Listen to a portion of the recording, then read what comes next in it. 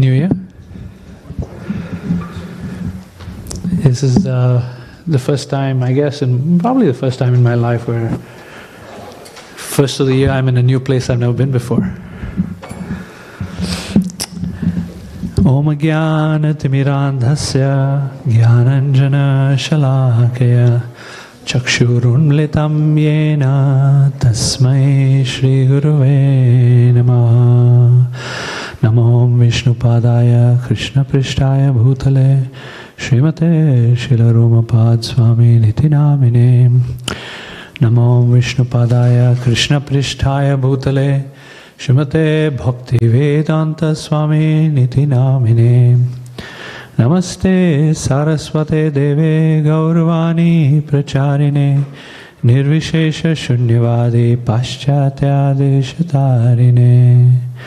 Namo Vishnupadaya Krishna Prishtaya Bhutale Shmati Bhakti Siddhanta Saraswati Iti Namine. Namo Bhakti Vinodaya Sachidananda Namine Gaura Shakti Swarupaya Rupanuga Varayate. Vanchakalpatarubhyascha Kripa Sindhubhya Cha Patitanam Pavanebhyo Vaishnavebhyo Namo Namah. Shri Chaitanya Manobhishtam Stapitam Yena Bhutale Swayam Rupa Kadhamayam Dadati Swapadantikam. Jai Shri Krishna Chaitanya Prabhu Nityananda Shri Advaita Gadadha Shivasadi Gaur Bhaktavinda.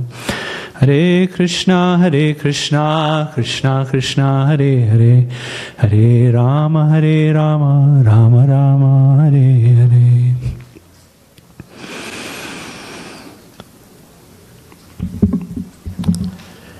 It is an honor and privilege to be among the Vaishnavas this morning. Like I said, I've never been to Portland before. I've heard so much about Portland. It's a beautiful city, in the midst of a very beautiful state. So I'm excited to be here. But I think I won't be necessarily seeing the physical beauty of Portland. I will be mostly experiencing the beauty of the Vaishnavas and the character and quality of the Vaishnavas. I think that's going to be the most satisfying thing for me. I've known His Grace Jai Sachinandan Prabhu for many years. So coming to his, like I call it, adda, if some of you know speak Hindi, his hangout place, his joint that he's running here. It's a special privilege because about 15 years ago, a very close confidant, a close friend, even though he was several years older to me, the temple president of St. Louis Temple at the time, his name is Rup Sanatan Prabhu, he was our god brother, and he was experiencing bladder cancer. It wasn't pretty. He went into remission, but then it resurged several years later for him, and then finally took his life. During all of that intense period, I got the fortune to connect with Jai Sachinandan Prabhu because of his field of oncology. And what really inspired me was, his calm disposition in the midst of intensity. Despite being very busy, he would spend a lot of time with us on the phone, guiding us through the process of what to expect and what to be done. And the care, he genuinely cared. He would follow up with us, making sure that we follow through his advice, etc. So I got a little taste of his nature and his personality. So it was when I was invited by Maharaj to come to Portland, I said, sure, happy to serve in this way. So yeah, I have a lot of appreciation for Jai Sachinandan Prabhu, who's leading the congregation here, and Param Karuna Prabhu, I've heard a lot about him as well, and his shastric depth, how he enjoys studying Shastra. I was hearing from my gracious and hospitable hosts Chaitanya Chand Prabhu and his good wife, that there's a large group that's studying Bhakti Shastri with Parama Karuna Prabhu. So that's wonderful, and I'm not surprised. He's certainly got that quality of going deep into Shastra, which is very beautiful. As for me, if you're wondering why am I here speaking about Japa, to be honest with you, my wife and I have been thinking about the same thing for several weeks. Why me? I see myself as a destitute householder, not destitute financially, but destitute spiritually. And we're just struggling to make ends meet. But I also know that the grace of the spiritual master is such that he pulls disciples out of the ocean of pain, material existence. And this opportunity for me to delve into the topic of Japa over the last 4 weeks, because we went to Phoenix, then Houston, and now here in Portland, to do the Japa retreat 3 times in 1 month has been exhilarating, spiritually speaking. So I know that it's very beneficial for myself.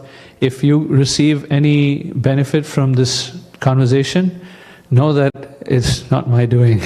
It's just the blessings and the grace of the Acharyas in my life. Okay, with that, I want to share that this Japa journey map is something that was born out of my, I would say maybe the 10th study of this book, the Japa book by Burijan Prabhu. Maharaj mentioned Burijan Prabhu earlier this morning. Some of you heard, he was, in some ways, Maharaj considers him like a mentor in Krishna consciousness, kind of pushing him to the next practice and next level of Krishna consciousness. In any case, this particular book has been transformational for me over the last, I don't know when it came out, in 2010. How many of you have read this book? Can I see a show of hands? Okay. So last year, no, it'd have to be 2 years now, because we're now in 2026. In 24, I took on my 10th study, so to speak, and took assiduous notes, trying to go deeply into this book. And what emerged for me is a visual, because I think visually, a visual of a journey, a Japa journey. So a lot of the content that is going to be presented from this book. But this book itself is a consolidation of several amazing books, including Srimad Bhagavatam, Bhagavad Gita, Madhurya Kadambini, Bhajan Rahasya. It starts a lot from the Bhajan Rahasya book that Bhaktivinoda Thakur wrote.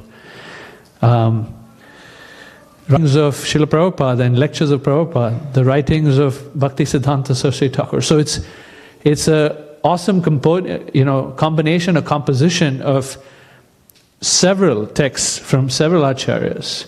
And I took the time to study some of those texts, of course, with Madhurya Kadambini by Vishwanath Chakravarti Thakur and Bhajan Rahasya by Bhaktivinoda Thakur, etc. And it's so that's where I came up with this map. It's not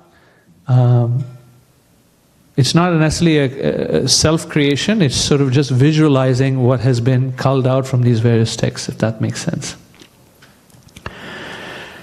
So, why is Japa so important for us? There's a beautiful pastime. You have Lord Nityananda and Lord Chaitanya here in your temple, and the main deities, the only deities, you have Lakshmi Nrsimha as well, but the key deities are Gaur-Nitai. And in Chaitanya Mahaprabhu's pastime, during the time of Jagannath Puri, when he was inviting the devotees to come for Jagannath Rath Yatra. The devotees came and stayed with him for 4 months. It was a beautiful experience, watching Mahaprabhu dance during Rath Yatra. Can you imagine? Some of you may have seen the picture of Prabhupada dancing during the San Francisco Rath Yatra. Oh, I don't know if it was the LA or San Francisco Rath Yatra. Prabhupada jumping and the whole crowd erupts like that. So when the devotees came and were with Chaitanya Mahaprabhu dancing in Rath Yatra, it was so powerful. So much so that some even saw Chaitanya Mahaprabhu expanding himself into 7 different Mahaprabhus, dancing with 7 different parties, each one having several couple of mridangas and kartals, and it was ecstatic. And as the devotees were leaving Jagannath Puri to go back to Navadvip, one devotee by the name of Satyaraj Khan, a grahastha, came to Mahaprabhu and requested some instruction. I'm a grahastha. Can you kindly instruct me? What am I to do with my life? So how many of you here are grahasthas or householders or married? Okay. For those of you that are not, there's a joke I learned, there's 2 kinds of people in this world. 1, those who are married, and 2, those who are happy. It's a joke. So he said, I'm a grahastha, what to do? What instruction can I get from you? And Mahaprabhu gave him 2 things to do. 2 instructions for grahasthas. Number 1 is you, Vaishnav Seva.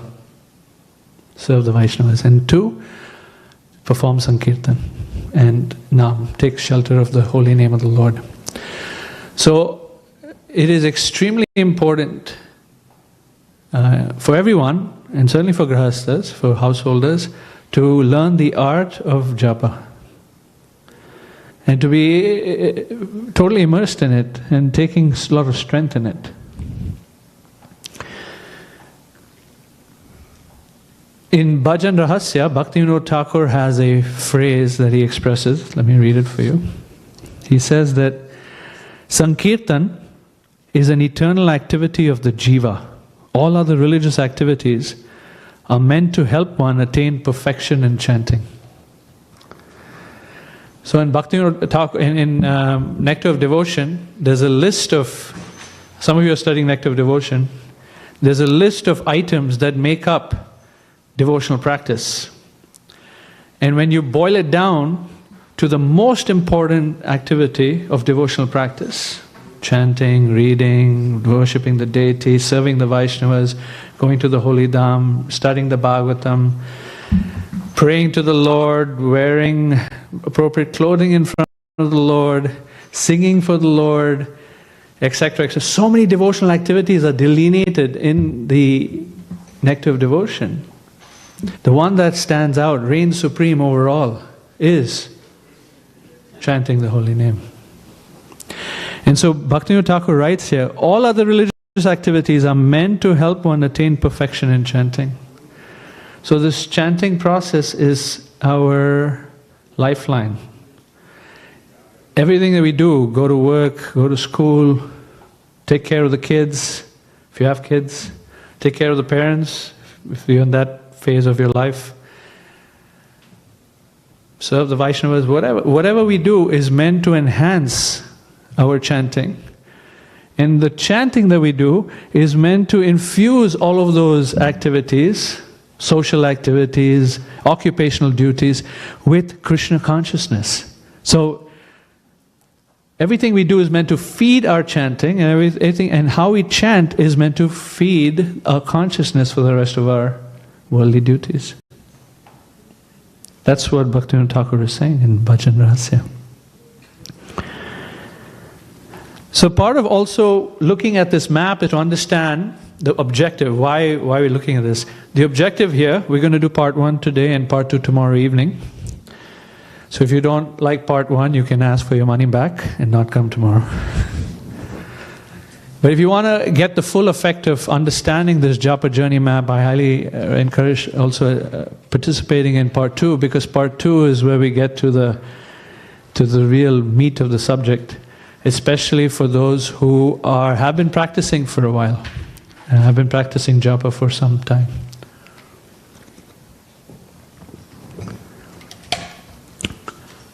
So the objective of looking at this map is to understand where I am, what got me to where I am, and some sense of gratitude for that. What are some next steps in my life? And looking down the road, what to expect in this very sacred practice of chanting the holy name.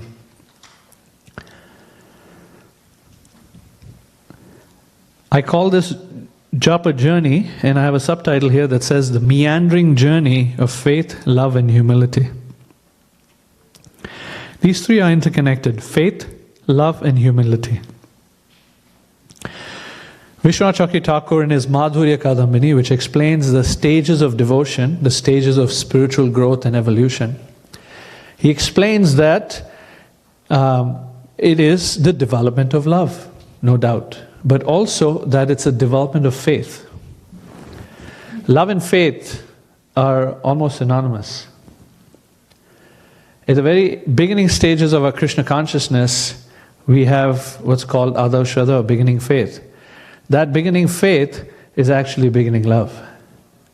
So faith and love, when you have extreme, high, unflinching faith, that kind of faith, like the faith of the gopis towards Krishna, that he is my shelter and my all in all, that's premal, bhakti, full love.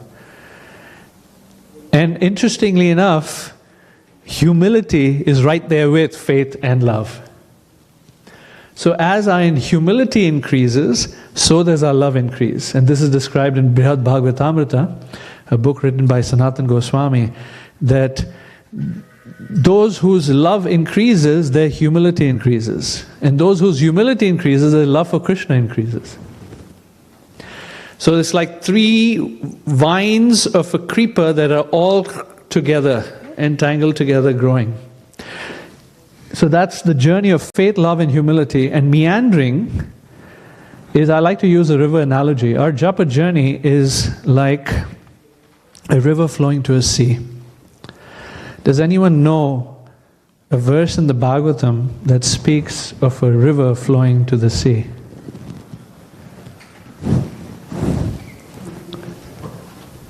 Anyone? Queen Kunti's prayer. You know the verse? So, thank you. That's good. There's actually two that speak the same thing about the Ganga, the Ganges river, flowing to the sea. Queen Kunti prays, and if you know the verse, you can recite with me. Tvaime nanya vishaya matir madhupate sakrit ratim udvaha dadha gange vogam mudanvati. She's praying, Tvaime nanya vishaya, that may my mind have no other subject of contemplation except you. Vishaya, my subject of contemplation. Matir madhupate asakrit, and may it be constant, asakrit. Ratim udvaha dadha. May my attraction come to you directly. Adha. Gange voga mudanvati, just like the Ganges flows to the sea. So she says asakrit, continuous. You don't see a river sort of stop flowing and then it starts flowing someplace else. Sometimes you might see, but in general Ganga is just flowing all the way from the Gangotri all the way to the Bay of Bengal. And the other thing she says is that let it flow directly. If you've seen any river on the map, and I sometimes do that, I'll go to Google Maps and look at how the earth is made up, and you see any river that's on a map, have you seen a straight line river anywhere?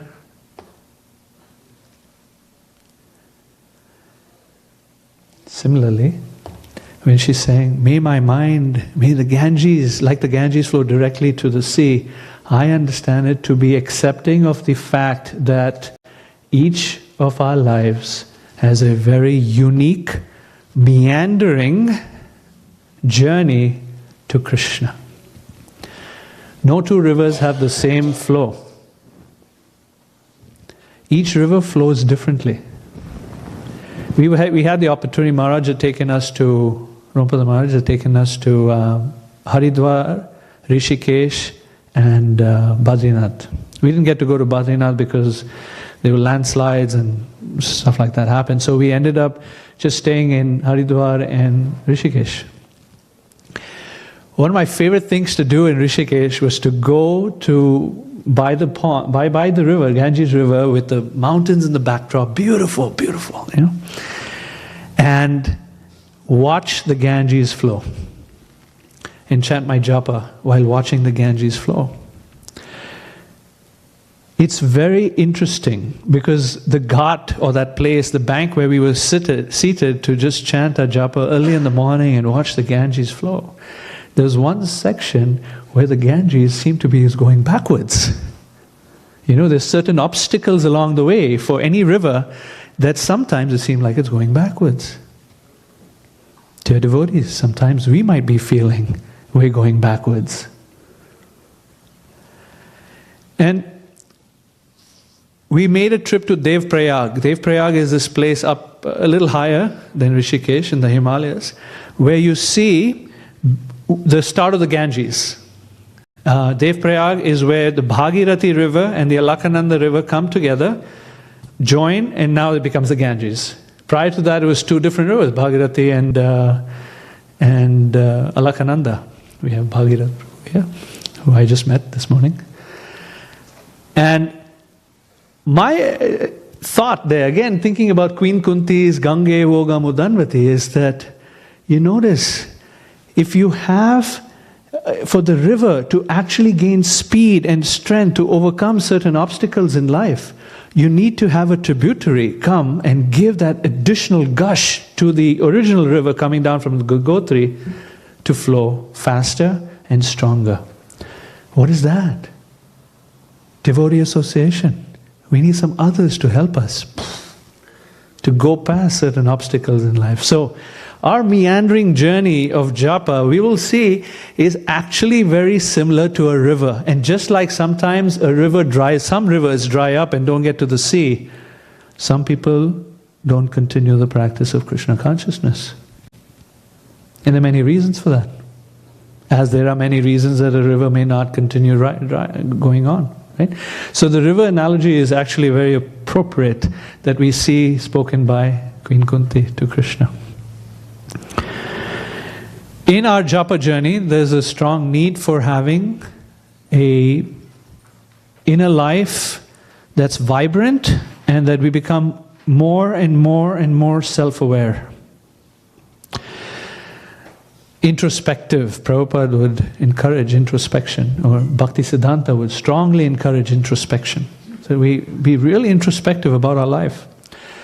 Also, the Bhagavatam explains sometimes introspection is not so easy. In fact, Lord Brahma, the Acharya of our sampradaya, of our lineage, Lord Brahma prays to Lord Vishnu, please give me the power of introspection. Sometimes to even look inside our own hearts is not easy, to understand all the inner dynamics. So it requires the mercy and the strength from the Supreme Lord, even to introspect. But it's an essential component to be able to make progress on this japa journey. This map that I'm going to show you is only going to get to the stage of Nishtha.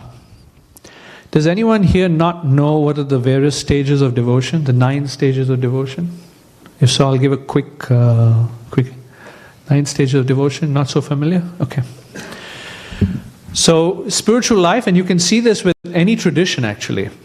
What are the stages of devotion? I don't have it here, but I have some of them here. But it starts with basic, some degree of faith or recognition there's something higher. I'll give you my example. I grew up in Nigeria. I grew up in Africa. And I used to visit India once a year, more or less.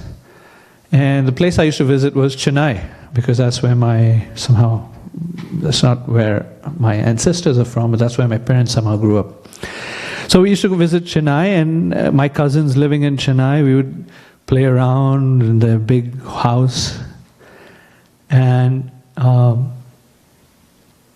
lights would go out, which is a common thing. Load shedding, as they would say. I don't know if they have it here in Portland, but they had it in Chennai, where this all of a sudden lights are out. And I don't know if any of you know about Chennai, but it's really hot. Really hot. And so when it's hot and you got to go to sleep, what do? And there are no lights. You can't turn on the air conditioner. So us spoiled brats, we went up to the terrace and we would sleep on the terrace. And I would remember sleeping next to my cousins, trying to, throw cold water on ourselves, just reduce the experience of the heat and stare up into the sky.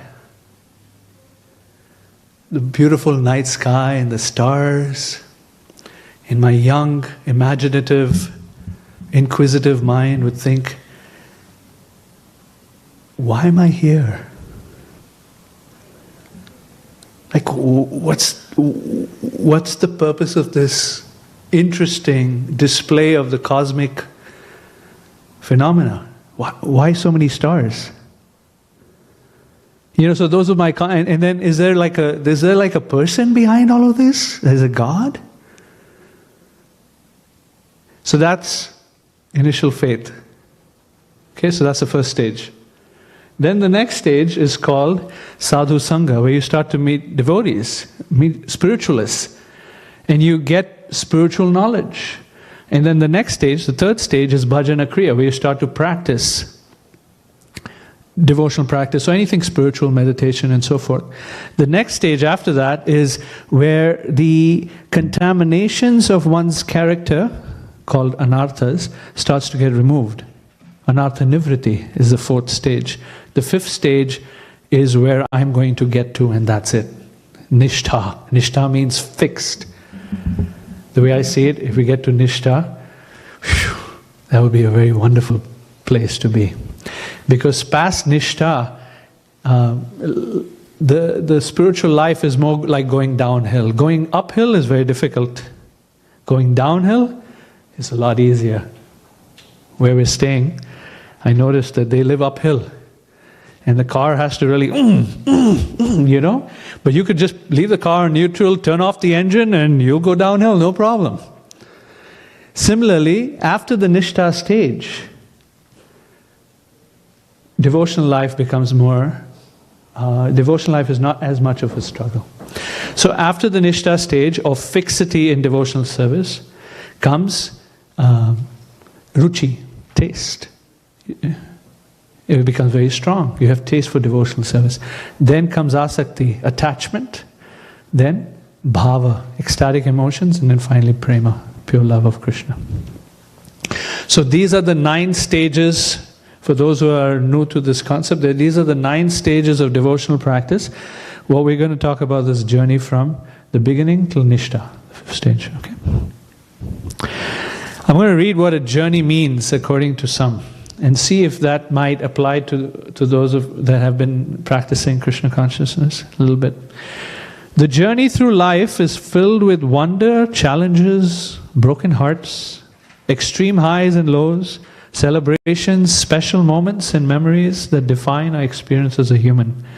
It is these events, planned or unexpected, that impact our travels and define our purpose. So that is a journey.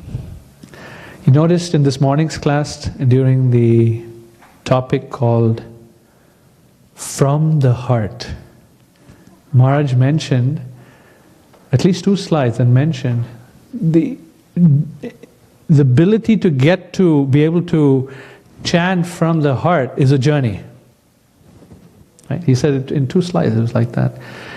So this is expanding a little bit what that journey looks like. Okay?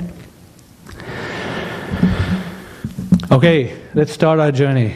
We have some Adaushada, beginning faith. That beginning faith, Jiva Goswami explains that it could be of two types. Number one is the kind of faith that is called swabhaviki. Swabhaviki meaning it's internal, or shastriya shraddha.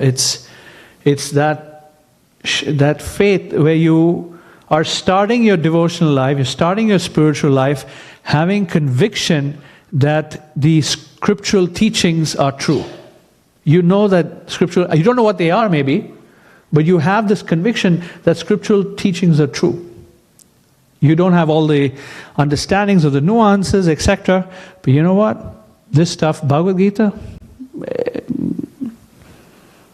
as my young son will say, is the goat, the greatest of all time. Yeah, the goat. And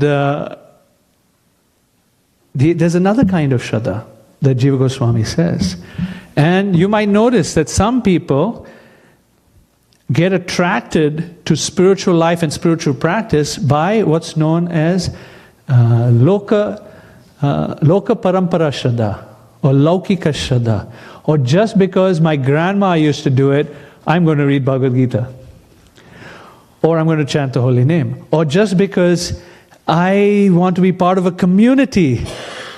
Walk into a temple nowadays in US anyway, full of brown people like me. So let me join an environment that's a community. So that's Lokika Shraddha. It's a weaker kind of Shraddha. It's that kind of Shraddha that may not last and will not drive one all the way to the Nishtha and beyond stage. So that other kind of Shraddha, Lokika Shraddha, that's based on acceptance from others, that's based on the strong influence of social pressures, peer pressure, that Shraddha has little weight and can easily be infected and affected.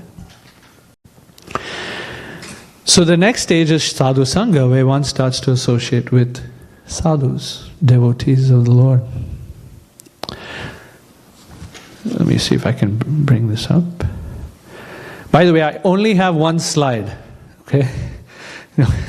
We're just going to go through one slide for two classes. So half a slide for this class and half a slide for the next class. But I also have this handy-dandy zoom-in technology thing that Microsoft has, that PowerPoint has. So, zooming in, sadhu sangha. We talked about the last point, Lokika or Shastriya Shraddha, right? The middle point here is that there are three features of what makes sadhu sangha. The three features that make sadhu sangha are, in Sanskrit, it is known as snigdhasya, sajatiya, and vara. Snigdhasya means affectionate. Snigdha. Snigdha, some of you may know Hindi, and snigdha means affectionate, love, affection. So they're devotees who have maturity of realization of Krishna to some degree will naturally have affection for others. Just naturally. Because they see that everyone ultimately is part and parcel of Krishna. And so there's a natural affection that they extend to others. Second is like-mindedness. There's two kinds of like-mindedness. Like-mindedness is in the sense of like-mindedness of sincerity of heart. Like, I want to reach the spiritual goal of life. I want to be spiritually successful. And then you want to hang out with and associate with those who are pursuing that same goal. So that's like-mindedness. And a third one is vara. Vara means greater or better than me. You want to associate with those who are more realized, that have more spiritual gems to give you as gifts. Wisdom. So that's vara. Snigdhasya, sajatiya, and vara. These three components make sadhu sangha sadhu sangha. I have observed, sometimes when there isn't, for example, like-mindedness, or when there isn't affection, that people distance themselves. And it's hard to maintain Krishna conscious practice when some of these elements are missing. So,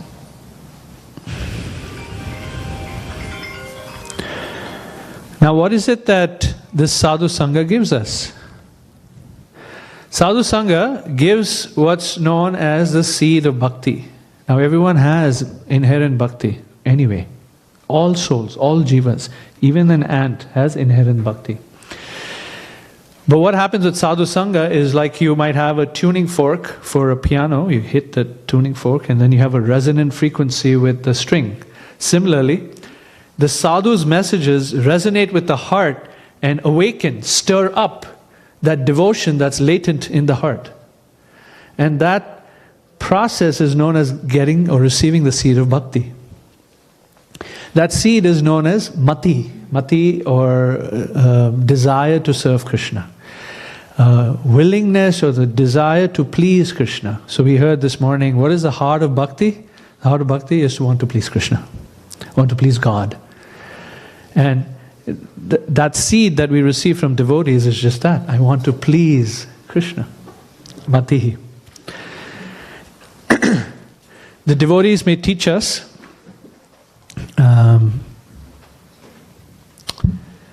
wonderful things about chanting the holy name. And we receive it. We receive these messages, and these messages may strike our heart in a way we go, yes, I would like to chant. I remember for me, how it happened was that I actually, early on in my earlier just associating with devotees, one time I went for a home program and there was a sannyasi, there was a saint giving a talk. I don't remember who it was.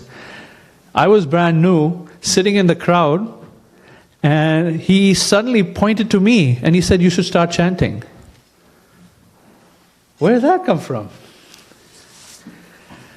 So, given the rebellious young mind I had, which hasn't really matured, it still stayed rebellious, I was thinking in my mind, I didn't say it to him, I said, you chant, leave me alone. But then later I met my spiritual master and he encouraged, unintrusively, he didn't tell me to chant, but just speaking of the glories of the holy name, I was drawn to it. There's a nice story of Ralph Waldo Emerson. Some of you know in the back of the Bhagavad Gita there's a quote from Emerson which speaks like this, that some people in his life, what they tried to do, they tried to push a bull towards the bull barn. And it's very hard, he couldn't move the bull to go to the bull barn. Push, push, push, push, push. But instead, there was a milkmaid, she just took some milk, put it at his nose, and then dragged him very easily into just sort of attracted him into the bull barn. So like that, we are hopefully attracted to the chanting of the process as opposed to pushed to chant the holy name. Does that make sense? That's what happened with me. I was attracted, and I went to the very people who were pushing me a little bit to chant. I went to them and I said, please, can you give me beads now? And they're like, well, really? Whoa, what happened to you?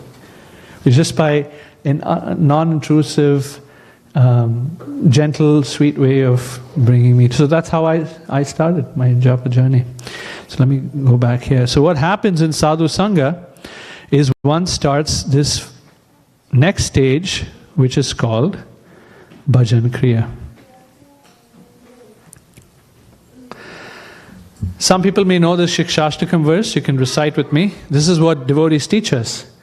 Cheto darpana marjanam bhava mahabdavagni nirvapanam Shraya kairava chandika vittaranam vidya vadhu jivanam Anandambudhi vardhanam pratipadam purnamrta swadanam Sarvatma snapanam param vijayate Shri Krishna sankirtanam.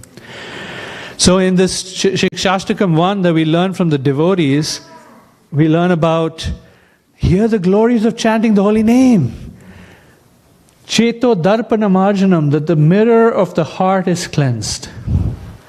The Japa book explains, like imagine you had 30 kilometers or 20 miles depth of dust on a mirror. You can't see what's going on. Absolutely not. 20 kilometers. So, Cheta Darpana Marjanam is that it cleanses the mirror of the mind so you can go to the deepest part of yourself and see who you are. The Yoga Sutras also give this analogy. Just like a sea or a pond or a lake is very disturbed sometimes. And you can't see what's at the bottom of the lake. I remember when we were kids, sometimes you play this game where you throw a coin into the pool and you try to find the coin inside the pool. But first you got to wait for the pool to sort of calm down a little bit, not be so agitated, to see where the coin is, to jump in and grab it from the floor of the pool. Like that, our minds are very disturbed and distracted. And not only that, there's so much more distraction in flooding our lives on a daily basis. My family gifted me a new watch for my birthday. Oh my goodness, it buzzes for everything. Right? And I can see over here if somebody has walked right outside my house right now, there's a notification that I get. And here I am in the middle of Oregon, hanging out with people that's thousands of miles away. So much more distraction. So how is it possible for us to see who we really are? How can we chant the holy name with so much... that's how I feel sometimes. So, Cheto Darpana Marjanam, Shikshashtakam teaches us that the chanting of the holy name helps to settle the surface of the water so you can go deep and understand who you really are. Has anyone had this experience where you stare in the mirror and you stare really deeply into your eyes and say, who are you? Anyone done that? You've done that? Okay, you and I are the only crazy people in this room. I remember doing that when I was like 10 years old. Who are you? It's a good exercise. So, Cheto Darpana Marjanam. And then the next one, the next benefit of chanting the holy name we hear from the devotees is Bhava Mahadavagni Nirvapanam. Now everyone likes this one. Why? Because it says that the pain of material life is going to be removed. Bhava Mahadavagni, the forest fire of material existence, Nirvapanam, is extinguished. Really? All my problems gone away? The panacea for material existence is in this japa process? Really? Sign me up. Where do I sign up? I'll sign with blood, no problem. Give it to me. Right? My mother-in-law taught me this. I'm not a big Hindi speaker, but she taught me this statement, which I've always remembered. It says that she said that Jisse na pucho wohi sukhi. For those that don't know Hindi, what that means is, to whoever you don't ask, that person is happy. One of my services is to support the global movement in life crisis and grief counseling through the Karuna Care Association. And it is a fact that everyone has problems.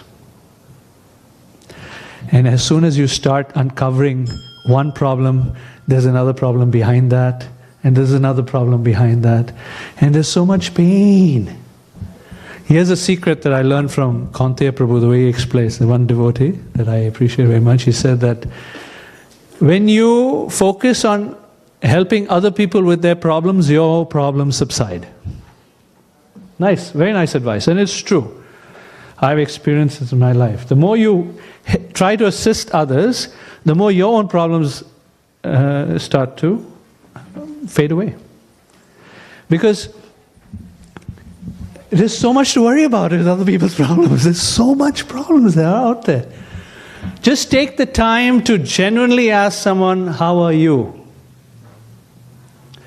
Generally, when someone says, how are you? The first thing we say is, fine, good, how about you? Good. We move on with our day. I met one devotee one time in Gita Nagari, which is a farm community in Pennsylvania. So I walked up to the devotee and I said, "How are you?" The devotee looked at me, "Good, how are you?" I said, "Good." He said, "You and I are both in Maya."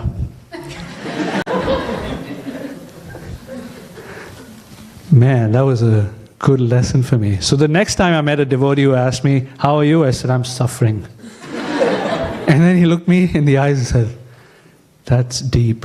And he just walked away. He didn't stop to ask me what was going on. But I invite you, just sit with someone you know or don't know, and just ask them, "How are you?" Like really, how are you? Try it. And there'll be layers and layers and layers of stuff. Bhava Mahadavagni Nirvapanam, the whole fire of material existence, forest fire, subsides. Sign me up. This is a big one. Krishna also says in Bhagavad Gita, there are 4 kinds of people that approach me to chant the holy name. 1, Arto, Jigyasur, Artati, Jnani. Wow, some Bhakti Shastri people here. So, Artha, those are people who are in distress. The first class of people that approach Krishna, Artha. But it's not that Krishna judges them. He's very good, very good. All these people are pious people. Chaturveda bhajante ma, jana sukritana arjuna. They're very sukrita, they're very good. Then, artati jigyasu. Artati means those who want money. If I chant Krishna's name, I will get money is the honey. Or Jigyasu, I'm curious, what is this chanting process? Anyway, let me just try it out. And then Jnani are those people, Krishna says, Jnani are those people who actually, he puts the point about bhakti in there, in the 7th chapter of the Bhagavad Gita, that actually these are people who are looking to have a relationship with me. Krishna says of all of the 4, the Jnani is the most important. So if you remember, we talked about the Shastriya Shraddha and the Laukika Shraddha, right? The Jnani is the one who has the Shastriya Shraddha, is looking for that depth. Okay. So we learn, this Bhajana Kriya stage, we're learning from devotees the importance of chanting. Now, these are various features. Each of these bullet points, these 4 bullet points, are different things that are starting to happen in the Bhajana Kriya stage. Bhajana Kriya, meaning I'm engaging. Kriya is do. Bhajan, I'm starting to engage in bhajan. We start to develop an internal purpose. Meaning, our value systems start to change. I start to think, I want to know God. I want to actually see Krishna face to face. I want to be in Krishna's association. I want to go back to Godhead. This internal purpose starts to develop. Prior to Krishna consciousness, that internal purpose may be, I want to be the President of the United States. Or I want to be a CEO of a company. Or I want to earn a lot of money, or I want to have a 3-car garage and a white picket fence and a huge bank balance as part of my 401k plan. Right? So these may be purposes that we develop earlier on. Prior to the Bhajana Kriya stage, when we start associating with devotees, that the inner value system, that's core, that's deep, that inner value system starts to shift of what's really important. What's really, really important. Then what starts to happen, it's sometimes scary, is those friends that we used to hang out with and family that we used to love so much, we start to think, oh my goodness, they're bad association for me.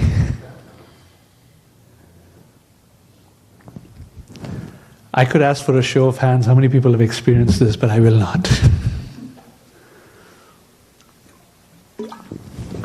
But just like an airplane will take off, an airplane as it takes off, the houses right next to it seem so big on the runway. But as you start to take off, those considerations become smaller and smaller and smaller, they become less important to you. So the inner value system, that's the first point. The inner value system starts to change and shift. Now, by the way, what I said earlier doesn't mean we just reject friends and family. It's just that we start to feel a little uncomfortable that these are not my people. This is not my space of safety and shelter. We start to identify more in the association of devotees. Okay. So we start practicing japa, then we try to bring the mind back. It's a practice, wherever the mind goes, yato yato nischalati manaschanchalam asthiram. The mind is so asthira, so flickering and crazy, monkey-like mind. Gosh, the mind. If we could only get our money back for that mind, who do we give it back to? That mind is so challenging to deal with. So, yato yato nischalati manaschanchalam asthiram tatastato niyametad. Wherever it has gone, you bring the mind back. So you're chanting japa, especially in the initial stages of chanting japa, the mind has ended up in Tokyo. You've never been to Tokyo, but somehow it's gone to Tokyo. And it's thinking about, what do people eat in Tokyo? That's how the mind works. It'll go from one thing to the next thing to the next thing. And so wherever the mind is, you suddenly realize, oh my goodness, I'm chanting, but my mind is in Tokyo. Bring it back. Niyamyetad. Bring it. You get starting to engage in this practice of bringing the mind back. Then the next point is here, practicing detachment. Practicing detachment around when we chant the Hare Krishna mantra, when we're chanting japa, and we'll experience this in the 64 round day, we might go rounds, several rounds. Where's my mind been? And then there's lamentation and pain and grief. I have wasted my time not taking advantage of this japa, special japa time. And so there's lamentation and there's pain related to lamentation. Or the mind will go, okay, from the next 63 rounds I have left, I'm going to pay attention. And it's this determination of thinking of the future. The mind loves to stick with the past and worry about the future. It just loves it. It looks to the past and shoka, laments. Looks to the future and thinks of bhaya, anxiety.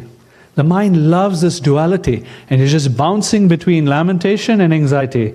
Lamentation and anxiety because it's looking at the past and staring at the future without just being present for God's sake. So when we chant the Hare Krishna mantra, we'll have 64 beautiful rounds to try to do that on Saturday. That each round is an opportunity to just be present. Being present with the all-present Supreme Lord is the greatest present we can give ourselves. I'll say it again. Did you catch that? Being present with the all-present Supreme Lord is the greatest present we can give ourselves. This is practicing detachment. Not to worry about the past and not to be anxious about the future. I will chant the rest of my rounds. No. Just focus on being present on this particular mantra. Right here and right now. And then the last point that I note here, in the Bhajana Kriya stage, we will experience glimpses of strength, peace and Krishna. Personal story that I have a quite a despicable past prior to taking up spiritual life, that I used to eat anything, unfortunately, anything. Not things that, anything. And I valued being a vegetarian. I really did, since I was a kid. I just couldn't. In college, I made a determination. I'm going to be a vegetarian. It lasted 24 hours. No, I'm laughing with you, man. You know what my realization was, Prabhu? I have no strength. When I started chanting the Hare Krishna mantra, within 2 weeks of chanting every day, not even like many rounds, just 2 rounds every day for 2 weeks, that was it. That was it. Never to look back. It's the holy name. It wasn't me because I tried it. It was the Hare Krishna mantra that gives us glimpses of strength. I have my story. Others in the room have their story, I'm sure. My dear God brother Amitananda Prabhu is here. I'm sure he has lots of good stories. He's been helping a lot of devotees over the years in Krishna consciousness. Of how, even in the Bhajana Kriya stage, very early we get strength that's beyond our strength. Peace. So I often go to colleges to teach the mantra meditation practice.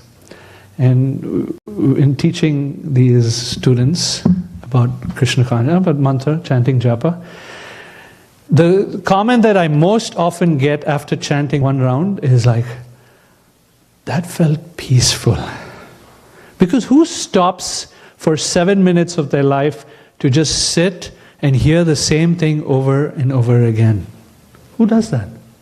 We're constantly on this hamster wheel to accomplish, get stuff done. You know, we're pushed by our peers around us. We're pushed by material nature. We're pushed by societal expectations of what we should accomplish in our life, that just sit down and hear Krishna's name for 10 minutes. It's not something we're used to. And so it becomes so peaceful. And we might have glimpses of Krishna. I remember, so Japa, in the Japa book, Bhujan Prabhu expresses that a couple of years after chanting the Hare Krishna mantra, 2 years after chanting Hare Krishna mantra, one day he suddenly realized, oh, wow, the holy name is powerful and sweet. He experienced Krishna's presence in the holy name after 2 years of chanting Japa. I had a similar experience. Similar experience. Months after chanting the Hare Krishna mantra, all of a sudden, I was chanting and it's like, ah, this is Krishna, right here. The holy name is Krishna. It was like a little glimpse. One may ask, why do we get glimpses and why isn't it a sustained realization? Why can't it always be there with me? And Bhaktivinoda Thakur answers that question. He says that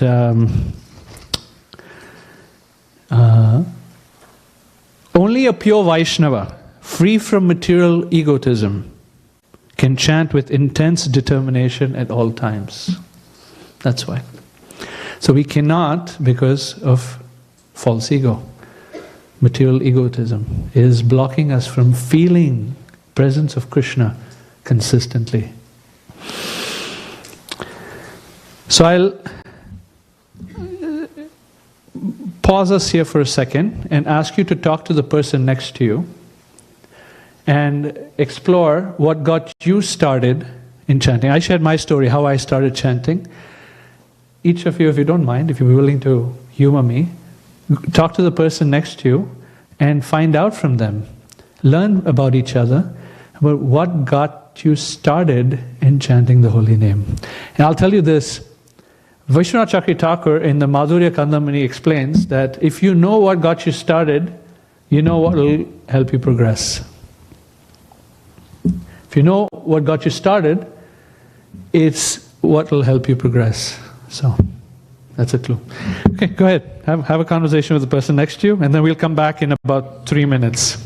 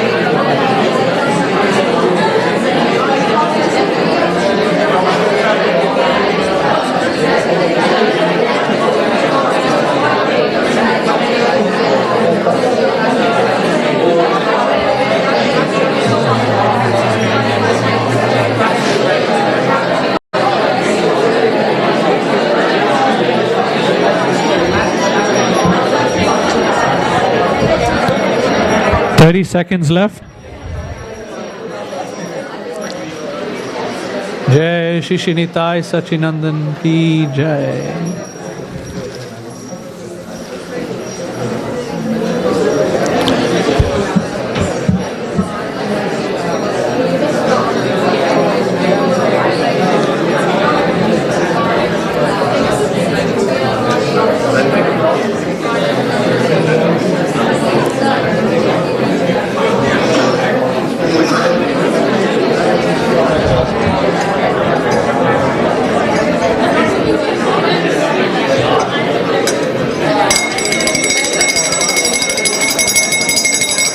Hare Krishna, Krishna Krishna, Hare Hare, Hare Rama. You want to do it for me?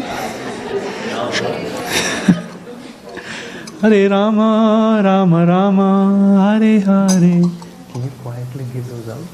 Not disrupting them quietly. Okay, so hopefully you got to know the persons next to you a little better. Yes? Yeah? It's always a very nice question to ask. Like my host asked me this morning as we were driving, how did you get started? So I shared with them how I got started. Now we're going to talk about, okay, we're going along this meandering journey of Japa, of faith, humility and love. And we realize, guess what? There's this big barricade that feels like and certainly is a problem. It feels like no taste. So there's a beautiful verse that comes after the first verse of Shikshashtakam, the second verse of Shikshashtakam. Some of you may know, you can recite with me and I'll explain it. Nam namakari bahuda nija sarva shaktis tatrarpita niyamata smaranena kala etadashi tava kripa bhagavan mamapi durdevamidashami hajani nanuragaha. So when this says Nam Namakari, there's so many wonderful names of the Supreme Lord. Nija Sarva Shaktis, all of them have so much potency. Even the names that are from other traditions, it doesn't matter what tradition of it is. If it's chanting God's name, it's very powerful. Tatrarpita niyamata smaranena kala, there's no rules and regulations to chant. So we're told by the devotees, there's no rules and regulations to chant the holy name. Etadashi tava kripa bhagavan mamapi, you're so merciful that you are giving me the opportunity to chant the holy name. Durdaivam idirshami hajani nanuraga. Durdeva. Deva means the forces of the laws of karma, but it's also forces of the demigods. Deva. Durdeva, great misfortune. Deva sometimes is also considered fortune. Durdeva is great misfortune. Durdevam ihajani nanuragaha, I have no anurag. Raga means attachment, anurag means, strong attachment. Na anurag, I don't have any attachment. I have no taste. Basically he's saying, I have no taste. So when we're in this stage, by the way, we're only going to get to Shikshashtakam 3. That's Nishtha stage. That's pretty high up there. But the journey between recognizing that I have no taste to finally wanting to chant all the time, Kirtaniya Sadahari, which is Shikshashtakam 3, it is quite a journey and we're just getting started, dear friends. What are the features of no taste?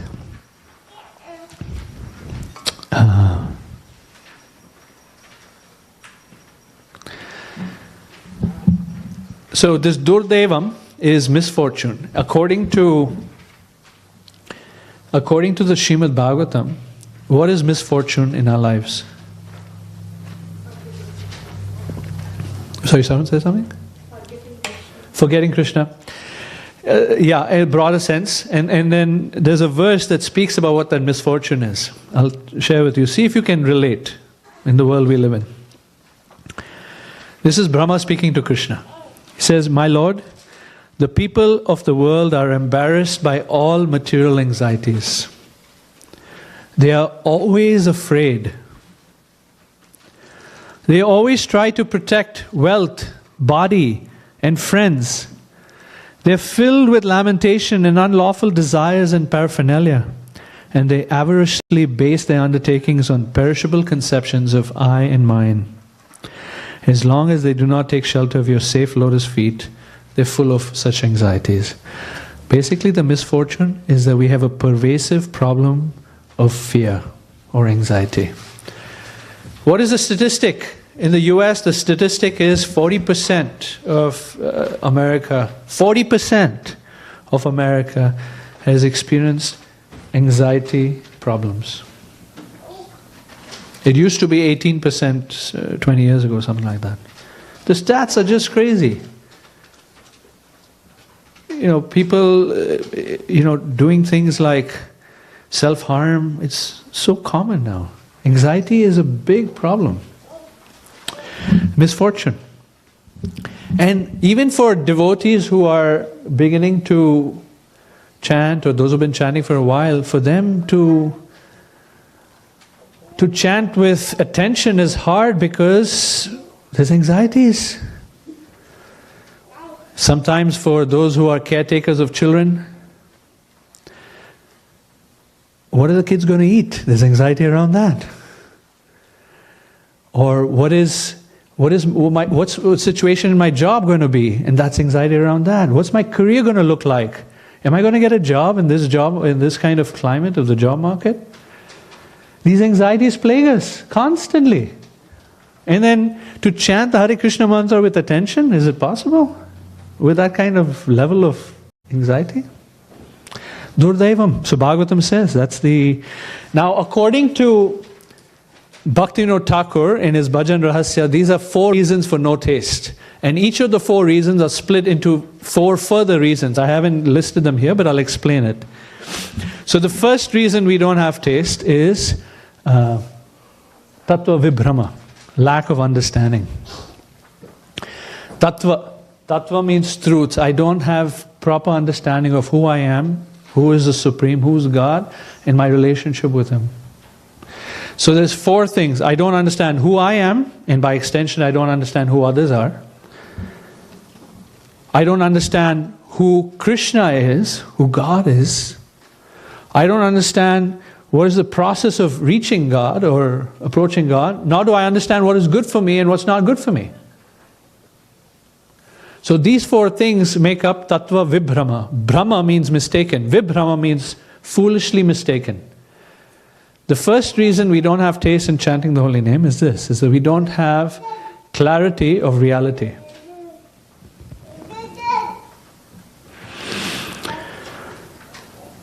There was one Maharaj that I first heard this from, and it really made me think. He said, "Are you okay being ordinary for the rest of your life?" And it hit me, because I recognized that there's a strong desire to not be ordinary. And it's very difficult to just accept that I'm really insignificant and tiny. Like 100 years from now, who's going to remember what I've done or said? We barely remember what Einstein said 100 years ago, and he's pretty famous. Little old me? Okay, forget 100 years, 200 years, for sure. I will be, this body and everything that this body is going to do is lost to oblivion in the past. Completely. Each one of us have that level of significance, meaning completely insignificant. Are we okay with it? Are we okay with being really small and ordinary? The mind doesn't like it. The false ego doesn't. Oh, I'm someone, right? Like, I'm a director in my company, right? Like that kind of big guy. No, actually we're really tiny. So part of Tattva Vibhrama is to consider that I'm a significant person, when in reality, in front of Krishna, in front of the vastness of space and time, I'm extremely minute and tiny. And we get so caught up with conflicts with other people, we categorize them as enemies and friends, when they too are just as insignificant as us. They too are struggling. sometimes we get so caught up with criticism that comes our way. In fact, I had a conversation with someone just 2 days ago.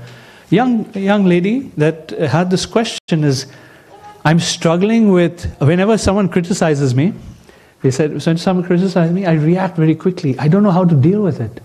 It's very tough for me. I don't know how to handle myself. So we spent some time talking about it. But the thing is that why we struggle with when we get criticized is because we have an inflated self of self, an inflated sense of self. When in reality, if persons are criticizing, they're actually pretty right. Usually they're right. If they're not right, it's okay. That's their perspective. But behind criticism, one can see there's actually pain. When someone is criticizing, it's because they are going through their own pain, they are going through their own struggle. So they tend to take out that pain in the form of trying to hurt others. There's a common cliche phrase in America, hurt people, hurt people. We don't understand who Krishna is, we don't understand the omnipotence of Krishna, we don't understand the omnipresence of Krishna, we don't understand Krishna is simultaneously all-powerful and all-loving. And because that's not so clear for us, sometimes people struggle with this question, why do bad things happen to good people? It's a common struggle, common question. Part of that struggle is because we don't understand who Krishna is and how Krishna engages with the material world that we're in. The third reason is that we don't understand the process of sadhana and how to apply the process of sadhana properly. And the fourth reason, or fourth subdivision of Tattva Vibhrama, is we don't understand what is good for us and what is not good for us. There are many examples of that. But we go to the next one. This is a fun one. It's called Asat Trishna. Asat means temporary. Trishna means taste or thirst. The reason we don't have Krishna Trishna, thirst for Krishna, is because we have Asat Trishna. We have taste or thirst for temporary. What are those four things that we are generally very attracted to? One, material comforts. The weather, the temperature around us needs to be comfortable. Being here in Portland is such a relief from being in Chicago, which was 0 degree Fahrenheit last night, by the way. So thank you. Thank you for bearing my presence here, because I'm relieved of not being in that super cold weather. We desperately want comfortable environments around us. Material comforts. And there's a Prabhupada story. Prabhupada would go for walks every day. That was his thing. He was determined. When Prabhupada started something, he didn't stop. He would consistently do it every day. So every morning he would go for a walk from 6 to 7.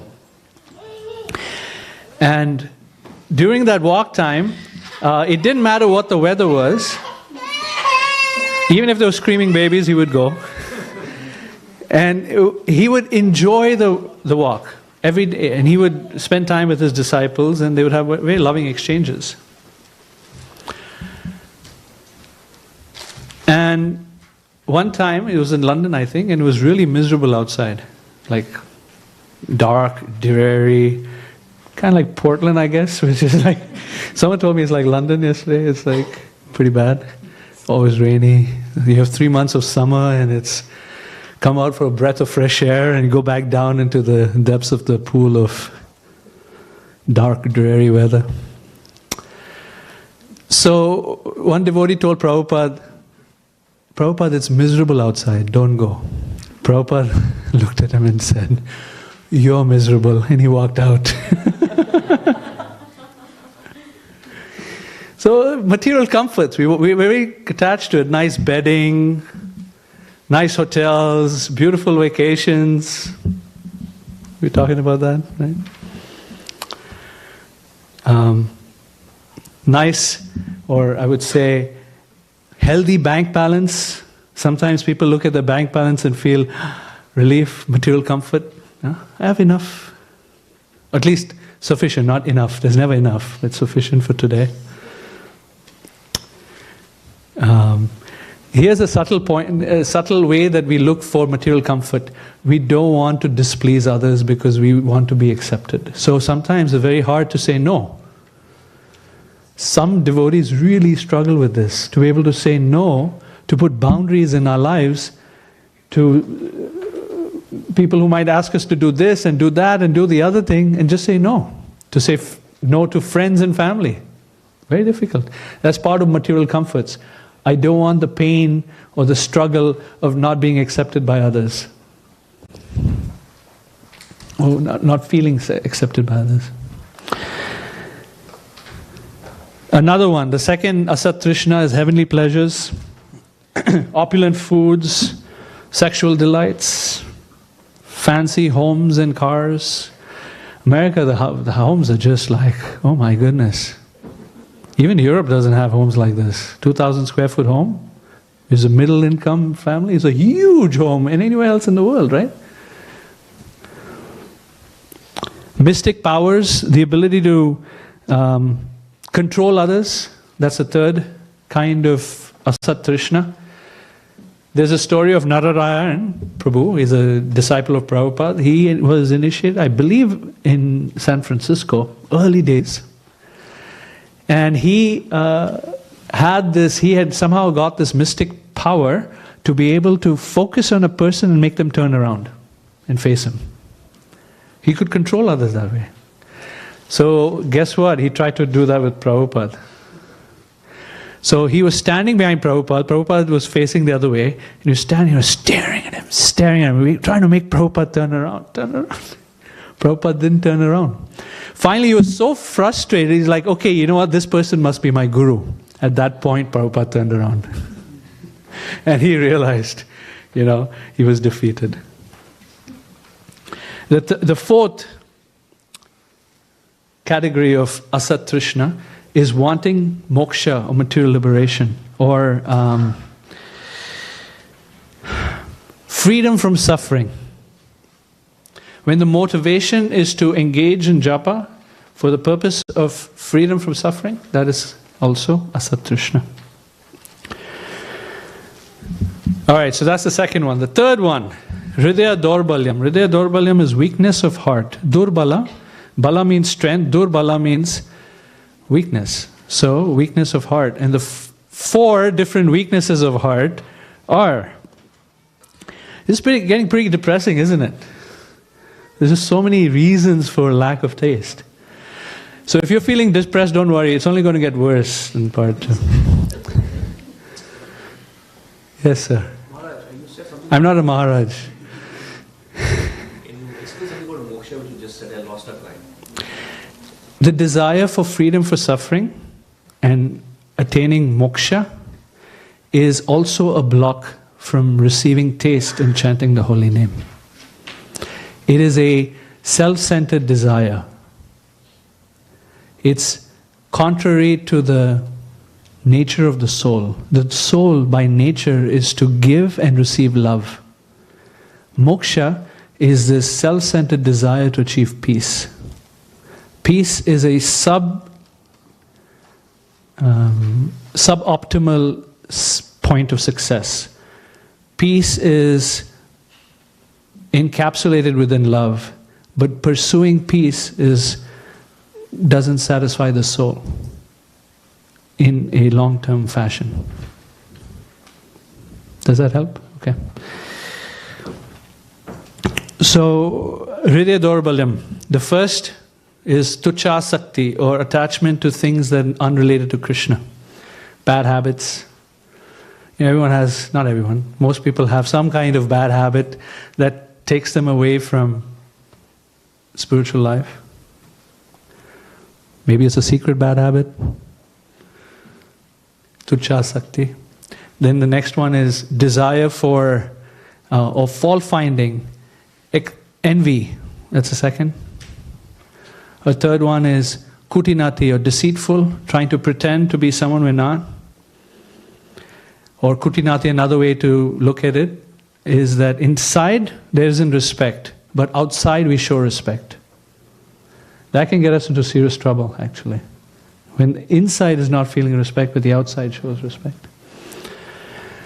And then the fourth category of Hridaya Daurbalyam, which Bhaktivinoda Thakur says, and Sanatana Goswami says, many of acharyas say, it is the worst and the most difficult is a desire for fame. Or it's a self-centered that I would like to get attention on myself. I would like to be in the limelight. I would like to be appreciated. I mean, it's just an honest, simple desire to be appreciated. I want to be appreciated. That desire for fame. Sanatana Goswami says, don't touch it, it's like stool. And it's one of the reasons we don't have taste in chanting the holy name. Where does the desire for fame come from? It comes from asat sangha, or association with worldly minded people who have that kind of desire. And they're pursuing it so strongly, unchecked. So when we associate with worldly minded persons, we get influenced by osmosis with that same desire. So Bhaktivinoda Thakur in Bhajan Rahasya says, it is better to associate or to embrace a lion and a tiger or hug a snake than to associate with materialistic people. She's pretty strong. And then there's a question, okay, what about work and school? But that's a different point. And then finally, the fourth reason, which we'll get into more in part 2, is aparad. Is the fourth reason for why we have no taste. Aparad means offenses. Remember the kutinati thing I mentioned, where inside there's no respect, but outside we may show respect? Sometimes that may manifest in criticizing others behind the back. Or vilifying the intentions of, the sincere intentions of people to consider it to be devious or materialistically driven. So that kind of bringing somebody down attitude or mentality or habit is offensive, and it prevents one from receiving a taste in the holy name. So what to do? Two things, and we'll continue with part 2. Two things. One is to try our best to pay attention to the holy name. And 2, to not criticize others. Because those other 3, the top 3, Tattva, Vibhrama, Asat Trishna, Hridaya Daurbalyam, are all helped by chanting the holy name, are all washed away by chanting the holy name. Hearing and chanting, that medicine can give a lot of strength. But the last one, it has the power to block the benefits of chanting the holy name. So 2 things, chant the holy name with attention, and 2, don't criticize devotees. And to work on, or said another way, work on having a healthy growth of respect in the heart for other spiritualists. Okay. So that's concluding part 1. Part 2, we'll go through more depressing things, anartha nivritti. We'll understand a little bit more about the mind, how the mind works, what are some ways to control the mind, does that work? To some degree, and then we experience what's called a desert. And then finally coming to the stage of nishtha, where one receives shelter of the holy name. Okay? So that's upcoming attractions for part 2. If you're able to come tomorrow, that'd be wonderful.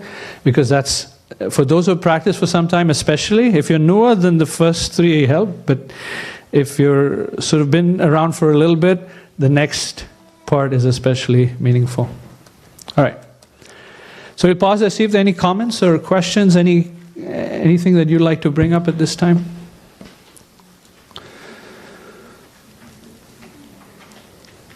Yes, sir? When we are chanting the holy name, so what is the thought which should go on in our mind? I mean, because it's a name we are repeating, so the mind cannot be blank. So there is definitely some kind of thought.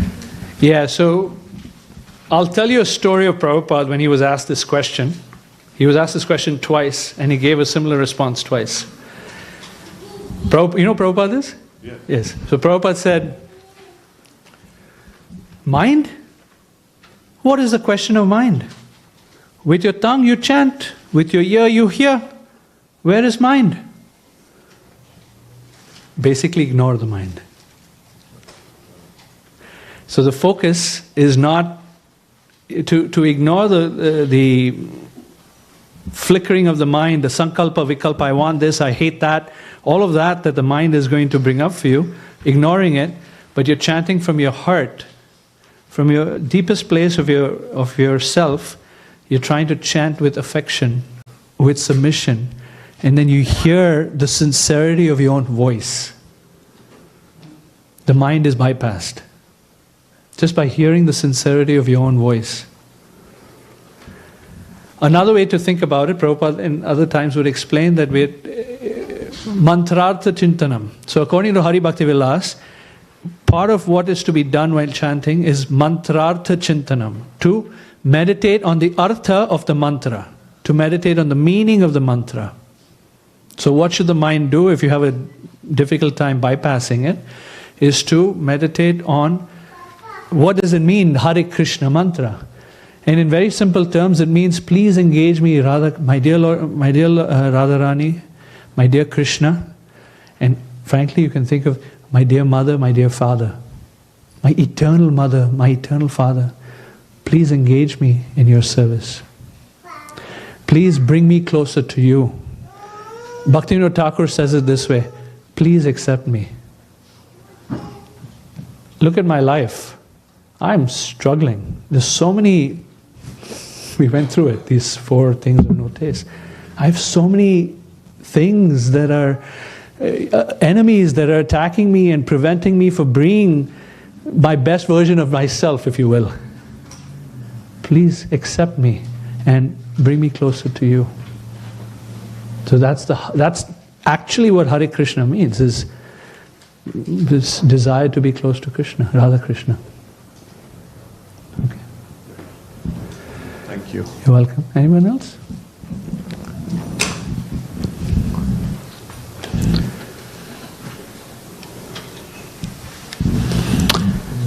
Okay. We can end there then? What's the next program? Arati. Okay. Thank you all very much, and we will see you in part 2. Hare Krishna. Srila Prabhupada ki jai.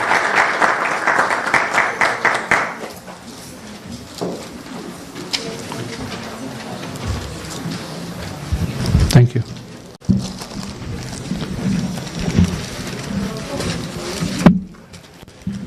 Hare Krishna. So, His Grace Yamuna Jivan Prabhu came all the way from Chicago yesterday night and has spent a lot of time preparing for this presentation and giving it to many communities.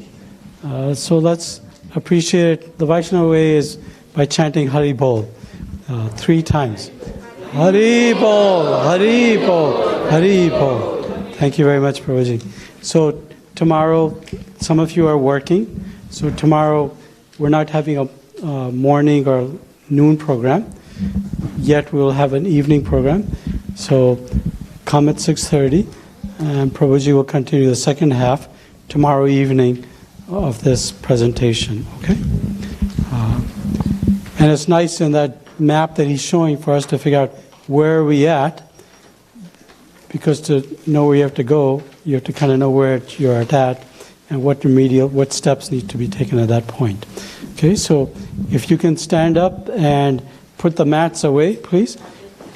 The deities will be offered an arti, and then you're all going to be chanting along with the devotees, the Hare Krishna Maha Mantra, and then after that we'll have prasadam.